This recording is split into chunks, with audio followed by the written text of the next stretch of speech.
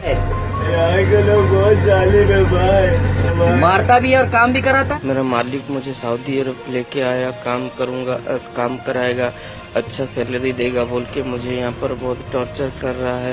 भर दिया, पैसे मेरे पास नहीं है, हम इंडिया ना किसी तरह बुला लीजिए। बहुत तकलीफ है। कुवैत में भारतीय मजदूरों की हालत बदतर, कफाला सिस्टम बना रहा भारतीयों को गुलाम।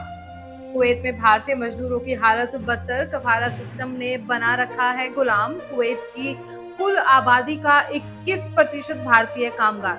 आखिर क्यों होता है मजदूरों का शोषण? बिल्डिंग में आग से 40 से अधिक भारतीय मजदूरों की मौत और कुवैत की एक इमारत में 12 जून को तड़के लगी भीषण आग में 50 से ज्यादा लोगों के मरने की खबर है। इनमें 40 से अधिक भारत के नागरिक हैं। वे नाइट शिफ्ट के बाद लौटकर सो रहे थे। आग की वजह से ज्यादातर को संभलने तक का मौका नहीं मिला, न ही तंग जगह के चलते भाग सके। कुवैती सरकार का कहना है अधिकतर मौतें दम घुटने की वजह से।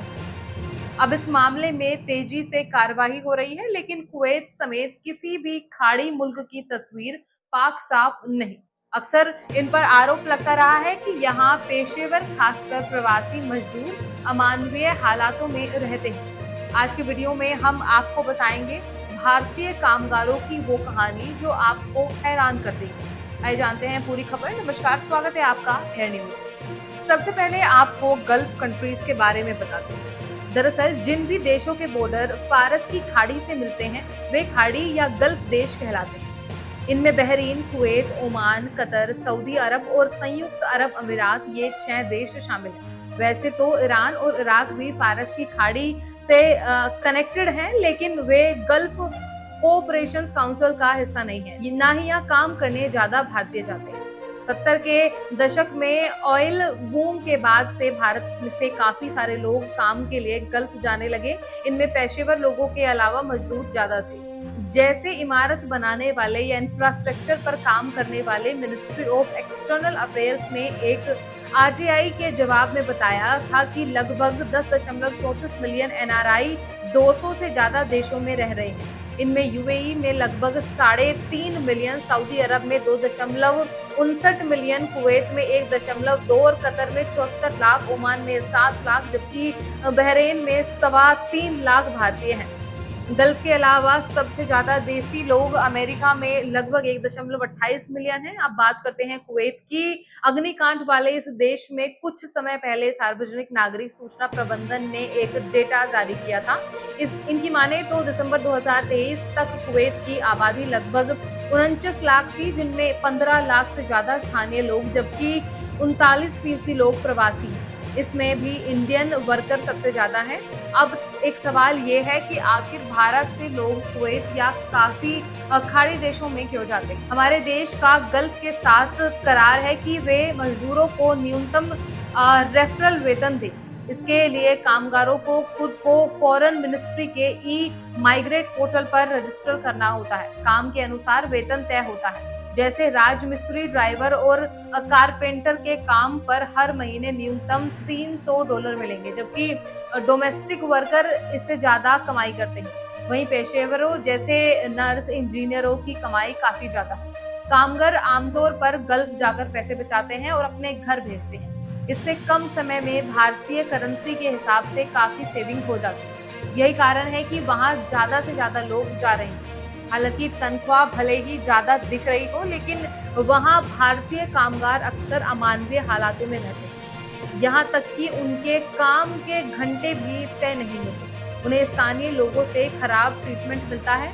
कई रिपोर्ट्स इसकी पुष्टि कर चुकी। साल 2019 से जून 2023 तक Bahrain, Oman, Kuwait, UAE, Qatar और सऊदी अरब के भारतीय दूतावास में 48,000 से ज्यादा शिकायतें आई हैं। ये सारी शिकायतें फोर्स्ड लेबर से जुड़ी हुई हैं। असल में खाड़ी देशों में एक सिस्टम है कफाला। ये एम्प्लॉयर को अपने कर्मचारी पर बहुत ज्यादा अधिकार दे देता है। आसान तरीके से कहें तो कामगार अपने मालिक का गुलाम हो जाता है। उसके काम के घंटे बहुत ज्यादा होते हैं और पगार तय नहीं होती। कई एम्प्लॉयर अपने मजदूरों के पासपोर्ट तक अपने पास रख लेते हैं ताकि वे कहीं भाग ना सकें। यहाँ तक कि उन्हें फोन रखने या वर्क एरिया से बाहर निकलने की भी इजाजत नहीं होती। हफ्ते के किसी भी दिन उन्हें छुट्टी नहीं मिलती। पासपोर्ट जब्त हो चुकने की वजह से वे अपने देश भी नहीं लौट सकते। यूनाइटेड नेशंस में बात उठने पर कुवैत के अलावा सऊदी और कतर ने भी कफाला को खत्म करने की बात की, लेकिन ये पूरी तरह बंद नहीं हो सका।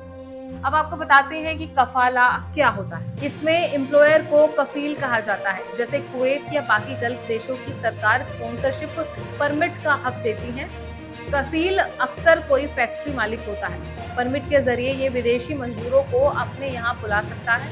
बदले में वे मजदूर के आने जाने, रहने और खाने का खर्च देते हैं। इसमें होता यह है कि मालिक फैक्ट्री के भीतर ही मजदूरों को ठूस देते हैं ताकि जब चाहे काम करवाया जा सके। खाड़ी देशों की सरकार को यह फायदा होता है कि उनके यहाँ कम कीमत पर उत्पादन होता रहता है। रहने खाने की स्थिति सबसे बदतर है। वहाँ मुख्य रिहायशी इलाकों से दूर इमारतें बनाई जाती हैं जहाँ प्रवासी मजदूरों को रखा जाता है। ये तंग दरवाजे, खिड़कियां वाले छोटे छोटे कमरे होते हैं जहाँ कई लोगों को साथ रहने के लिए कहा जाता है। किराया दिए बगैर रहने के नाम पर मजदूर इस पर राजी भी हो जाते हैं। कुवैत के हालात ऐसे मजदूरों के लिए नरक से कम नहीं। साल 2022 में एक्सपेट इनसाइडर की रिपोर्ट जारी हुई। इसमें विदेशों में रहते लोगों ने कुवैत को 52 देशों में सबसे नीचे रखा था। साथ ही सुरक्षा और खुशी के मानकों में भी ये सबसे नीचे था। उनकी शिकायत थी कि खाड़ी देशों के स्थानीय लोग बाहरी लोगों से दोयम दर्जे का व्यवहार करते हैं। कुवैत के अलावा सऊदी पर भी बड़े आरोप लगते रहते हैं। अब लंबे समय से सऊदी अरब से भी विदेशी मजदूरों के शोषण की खबरें आती रही। इंटरनेशनल लेबर ऑर्गेनाइजेशन के मुताबिक यहाँ विदेशी मजदूरों की अचानक मौत हो रही है। वे बंद कमरों में जानवरों की तरह रखे जाते हैं। उनके खाने पीने और बीमारी में मेडिकल ट्रीटमेंट का भी कोई पुख्ता इंतजाम नहीं होता।